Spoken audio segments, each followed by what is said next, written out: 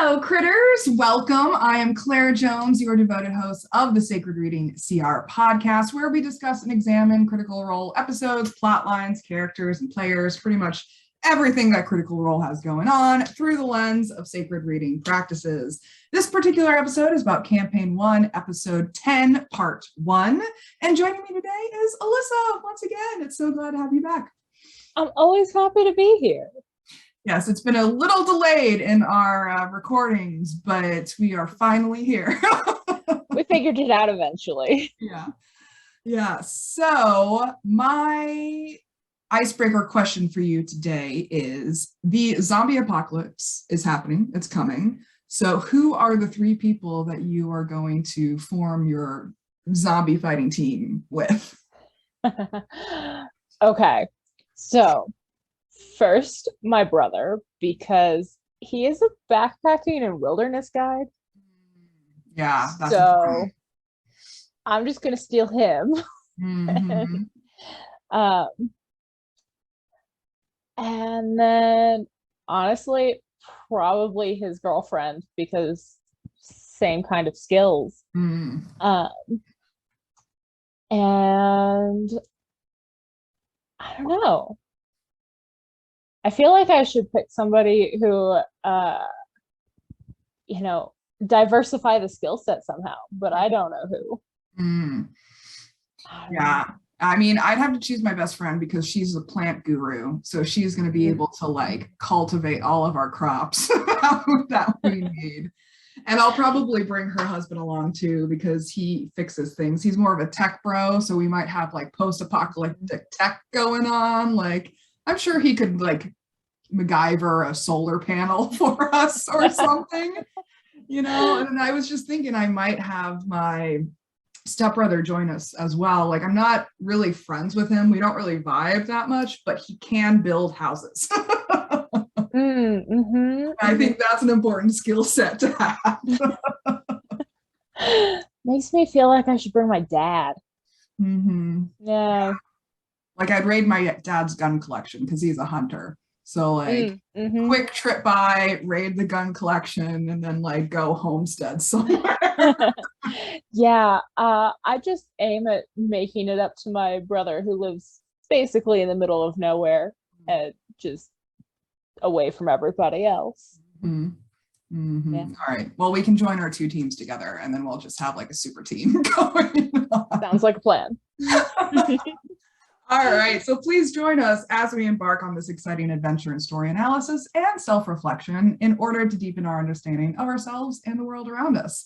So we always love hearing from you and your own insights and stories as well. So please comment, like, and subscribe below, and let's dive in.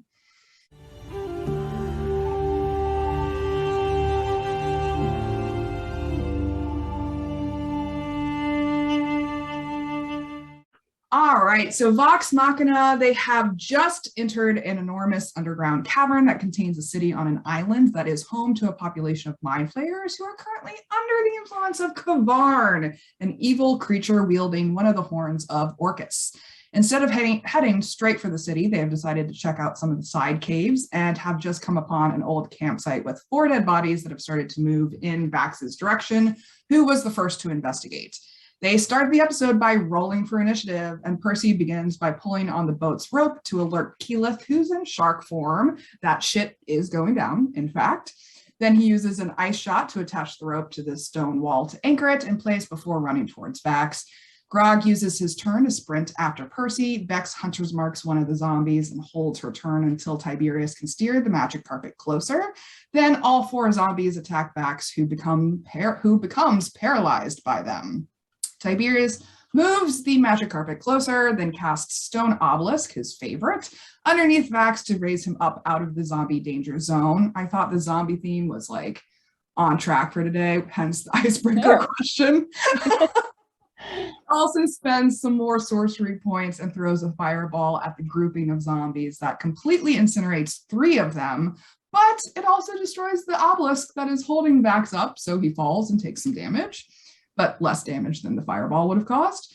Vex then takes her held action and shoots 2 arrows at the remaining zombie to finish it off. They then wander around and poke at everything as Vex inspects the chest, which happens to be trapped with another fireball. And it hits both Vex and Vax. Damaged but undeterred, Vex goes on to poke at the now mostly charred chest and finds a two-handed blade, a diamond, and a pile of gold.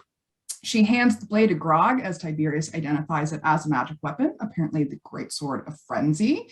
They also take some time for Pike to heal Vax's lava-burned foot some more while they work on identifying a vial of yellow liquid they had found previously. It seems to be highly caustic. Vex also rolls a perception check to eyeball the rest of the space, which earns her a secret whisper from Matt. We always love Matt's whispers. Afterwards, she points out to the rest of the group that above them on the ceiling of the cavern, there are two red gleaming eyes watching them. As she points it out, the creature drops from the ceiling and lands next to Vax. So they roll initiative again. Vax begins by yelling, "Run." The first time they've ever run from an opponent. They decide to try that out, see what happens, and uses his movement and action to grab Vex and dash back to the magic carpet. Percy starts unhooking the boat and getting it ready to go. Grog rages and runs towards the boat. Keyleth Shark prepares to tow the boat once everyone gets on board. Pike tries to jump onto Grog's back as he runs by, but he mistakenly elbows her off in his frenzied, raged panic. The creature swoops down to bite Tiberius and hits Scanlan with its tail, and it completely encapsulates Tiberius in its wings, and he is unable to breathe. Tiberius breathes some fire breath into or onto the creature as he's encapsulated, and while it does damage it, it does not relinquish him. So he spends some more sorcery points to cast telekinesis to get it off of him successfully. Scanlan rescues Pike by dimension dooring them to the boat. Trinket runs to the magic carpet so that Vex can jump onto his back. Takema jumps onto the carpet as well, the last out of the side cave as they are being pursued by the creature across the lake now. As they flee, Vax throws two daggers at it and misses. Percy shoots his bad news sniper cannon and misses. Grog holds his turn until he gets closer. Keyleth Shark doubles her speed. Pike casts Guiding Bolt and misses. And then the creature attacks the boat with its moaning ability. I didn't know what to call it. It moans and causing everyone to roll a wisdom saving throw. Grog, Vax, Kima, and Clarota are the only ones who successfully save against the frightened effect. Grog then uses his held action to use intimidating presence to frighten the creature back. So it's frightened of him now. Tiberius defers his turn because he doesn't know what to do with his turn. Scanlan summons Bigby's hand to grapple the creature and squeeze it. Vex hunters marks the creature and shoots it with two arrows. Kima holds her turn. Tiberius casts telekinesis to pull the creature's remaining eye out as Clarota mind blasts it. Then Vax throws two daggers and finishes it off.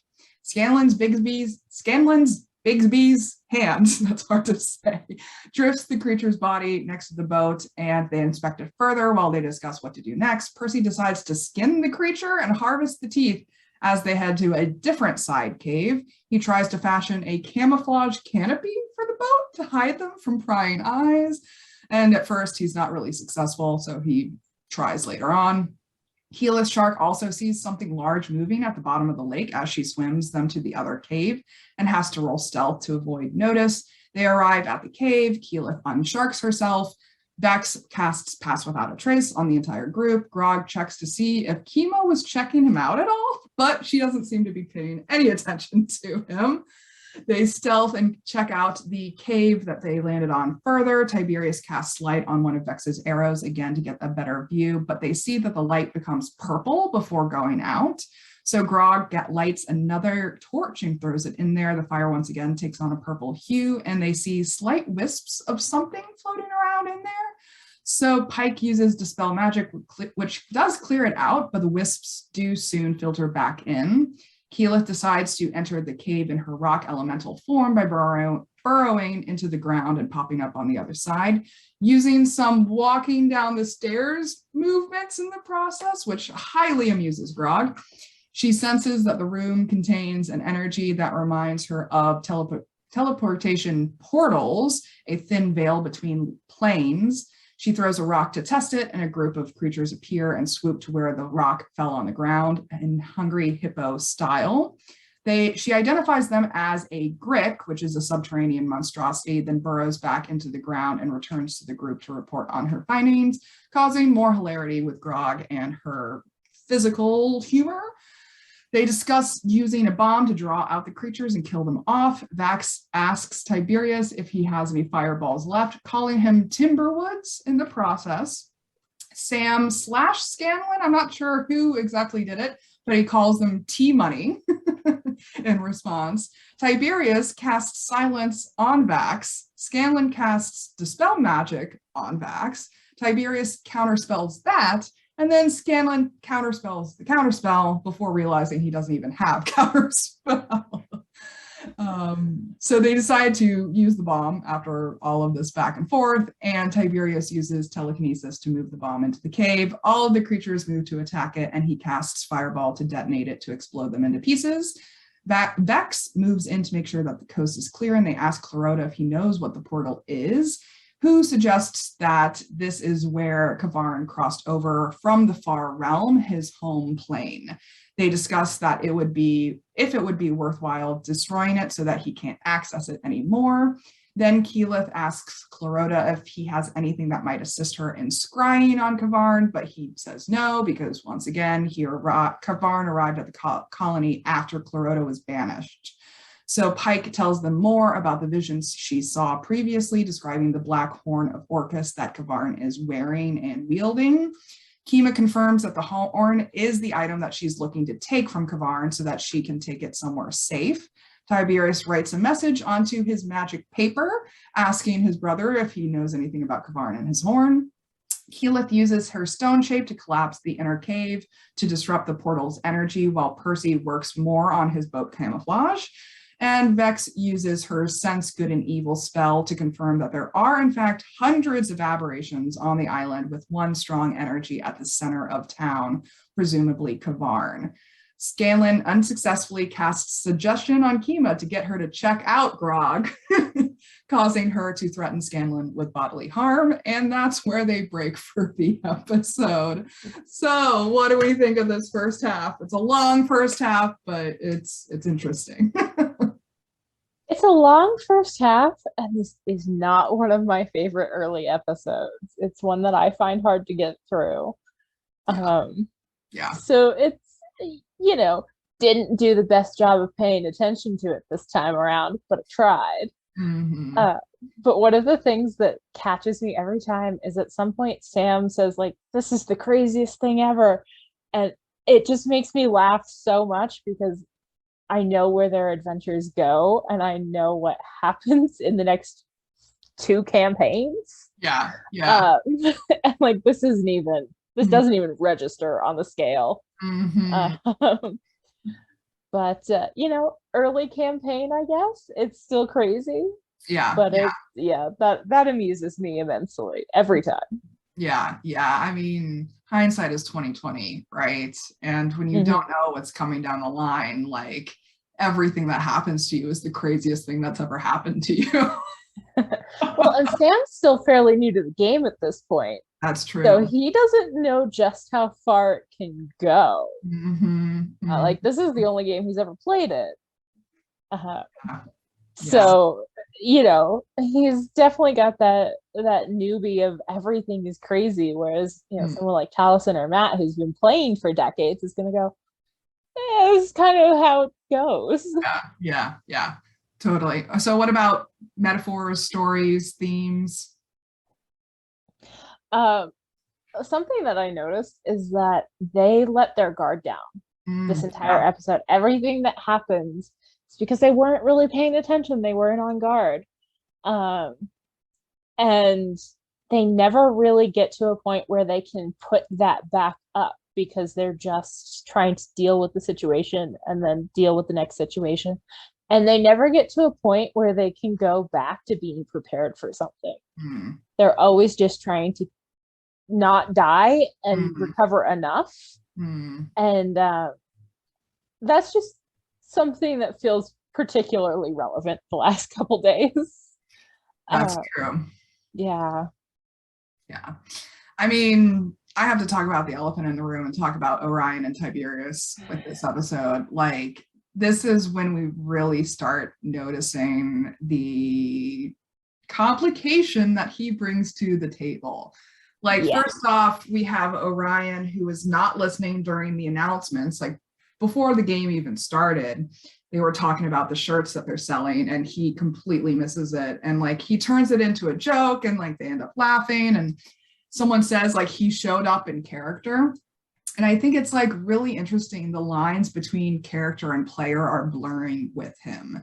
And I think more so than other people in the group.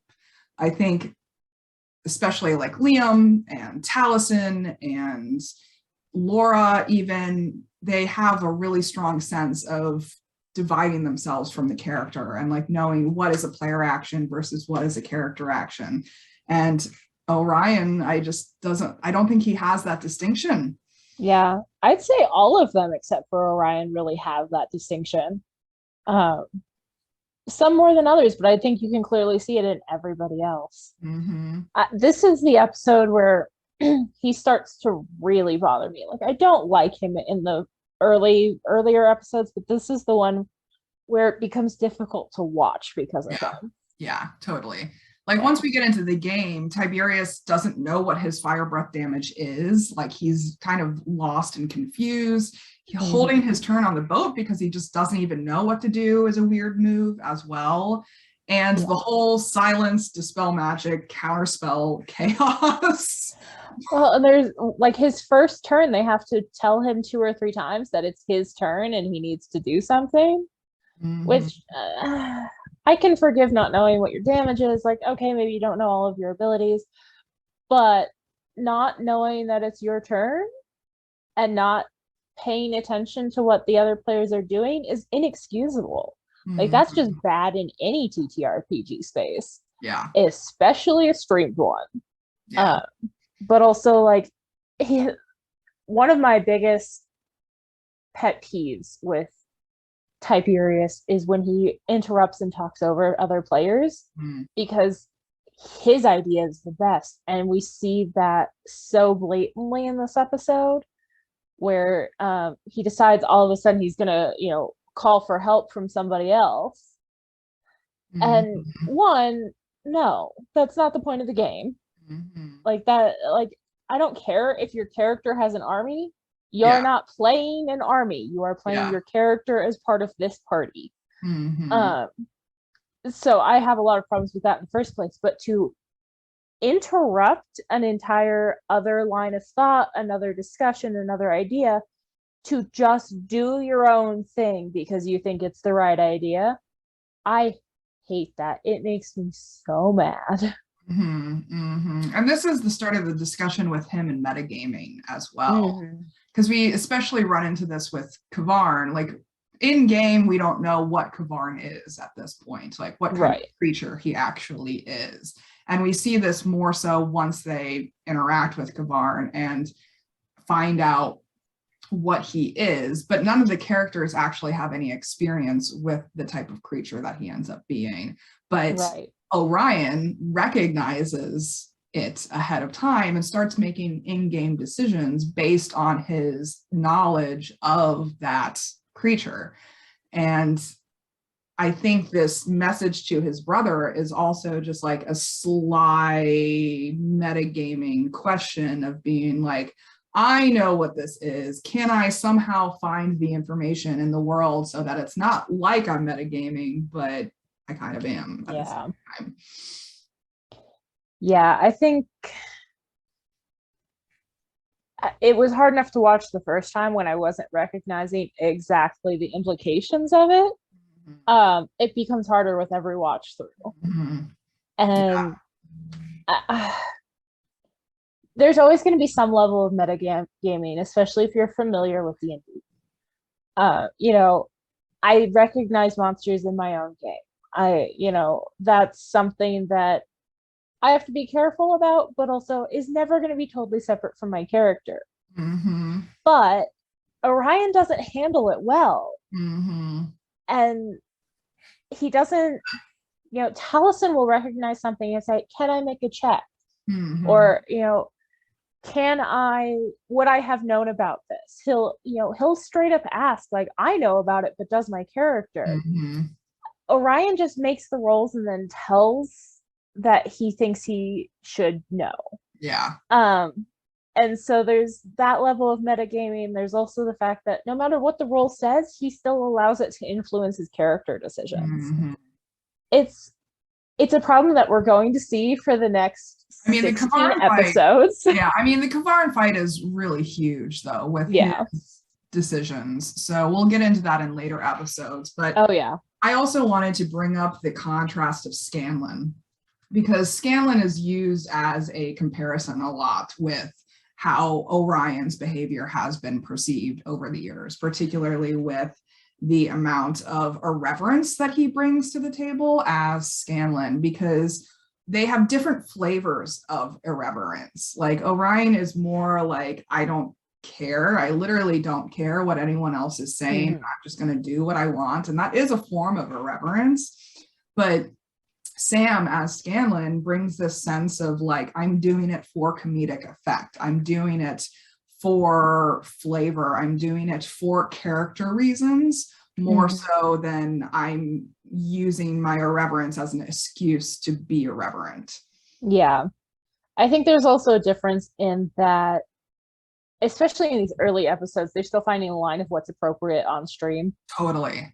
But Sam adjusts and Scanlan adjusts and they kind of shift to fit what the vibe of the group is and the setting that they're in. And so I don't love early Scanlan. A lot of times he rubs me the wrong way. The difference is that he was willing to take that feedback on board and change. And I think Tiberius, on the other hand, just went farther and farther into the irreverence to try to make a point or to, take it far enough that all of a sudden loops back around to funny, except it doesn't. That's not how that works. Yeah. And I would also like to point out Vex and Keyleth in this as well, not in comparison, but also in the sense of how well they're playing character motivations in these early episodes. Because like Vex always has this consistent insistence on looting. Like looting is just Vex's love language. And Keyleth is also very much insisting that they do investigate this portal cave because she believes that it may hold some clue to their fight with Kavarin. And they're both grappling with these like, well, what if this is going to help me? Like, and it's kind of a scarcity mindset that the character is grappling with. Like, what if there is something super valuable in this chest that literally just fireballed me? Or what if there is something valuable in this cave that has mists all over the place because we need to have that extra oomph in our coming fight with Kavarin. And it does come from a scarcity mindset, which I think is also reflected in Orion's and Tiberius's behavior, but it's a lot more character motivated when it comes to Vex and Keyleth's decision in that realm. Yeah, I like how they're playing it, because they're finding ways to justify what they want to do in ways that make sense with their characters. And I think it's really easy for like Grog to be that way because he is the button pusher. He's impulsive. He doesn't necessarily need the logic behind the action, but a lot of the other characters do. And I think Laura and Marisha are really good at that. And I think it's something that they're still learning to do this early in the campaign.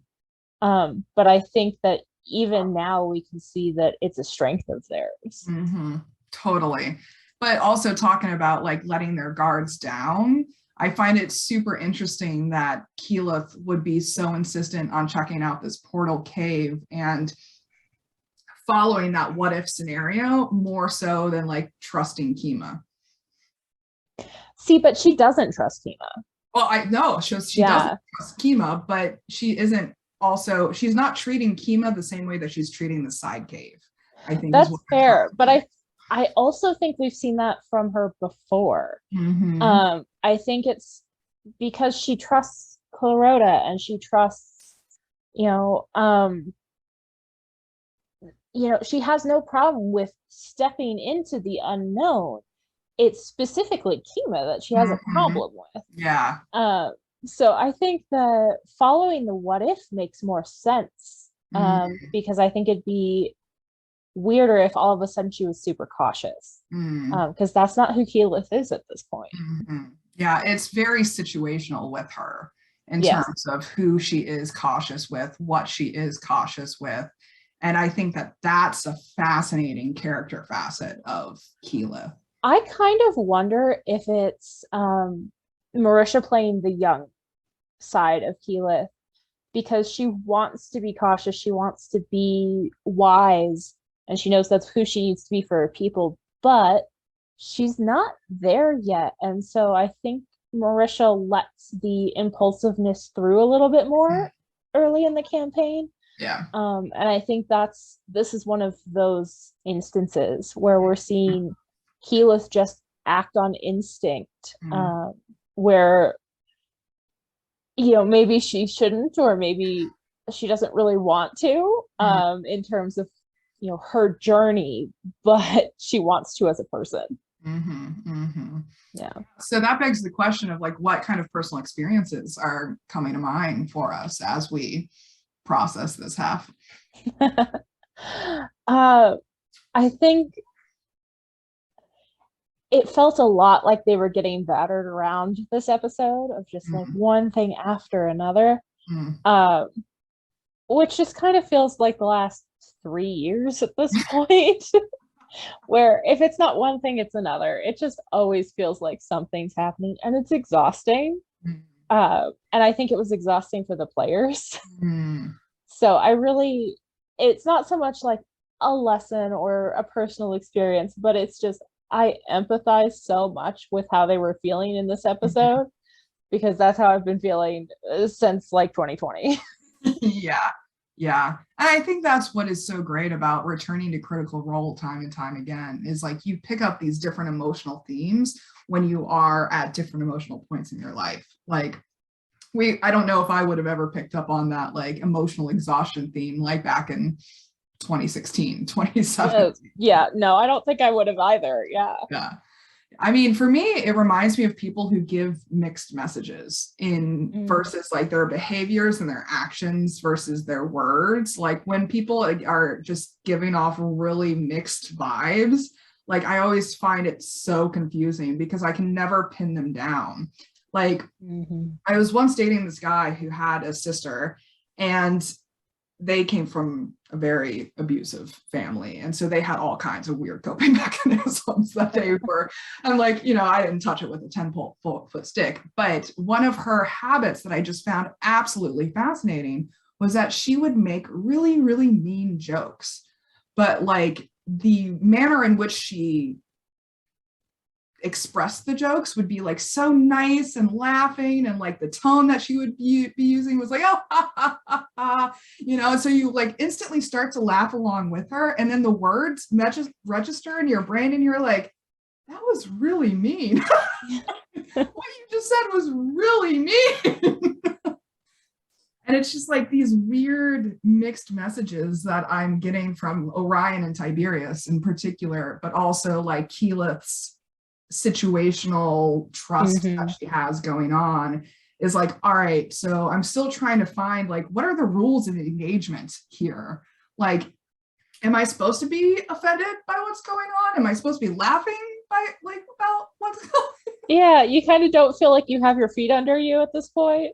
Yeah. I'm just like, what? Yeah, it's interesting vibes, this part of the campaign, and it's hard to read sometimes. It is, and I'm just like, wait, do you hate each other? Do you not hate each other? Are we like on a truce right now? Like what? Yeah. Tell me what's going on.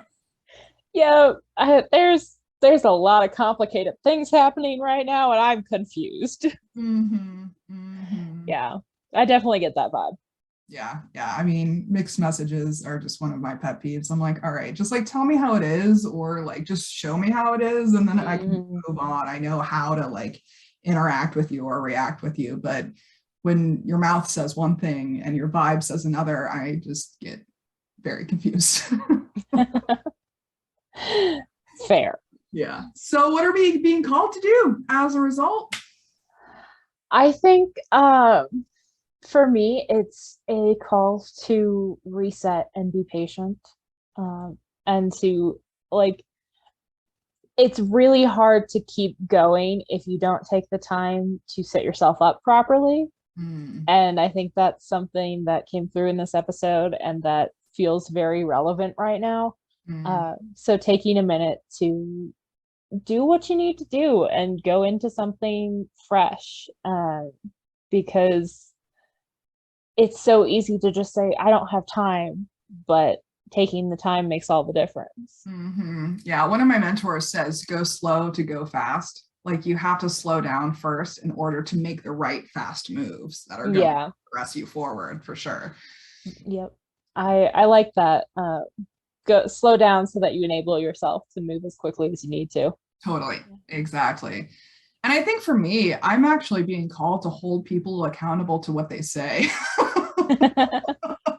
And be like, you said this phrase, like, can we just unpack this phrase that you said here for a second? Because I also don't think that people really understand the true impact of their words often, especially when it comes to emotionally intense or emotionally extreme situations. And I kind of want to just take, like you said, slow down to speed up, like slow down and take the time to be like, all right, this thing that you said to me, do you actually mean it? Was it more of a metaphor?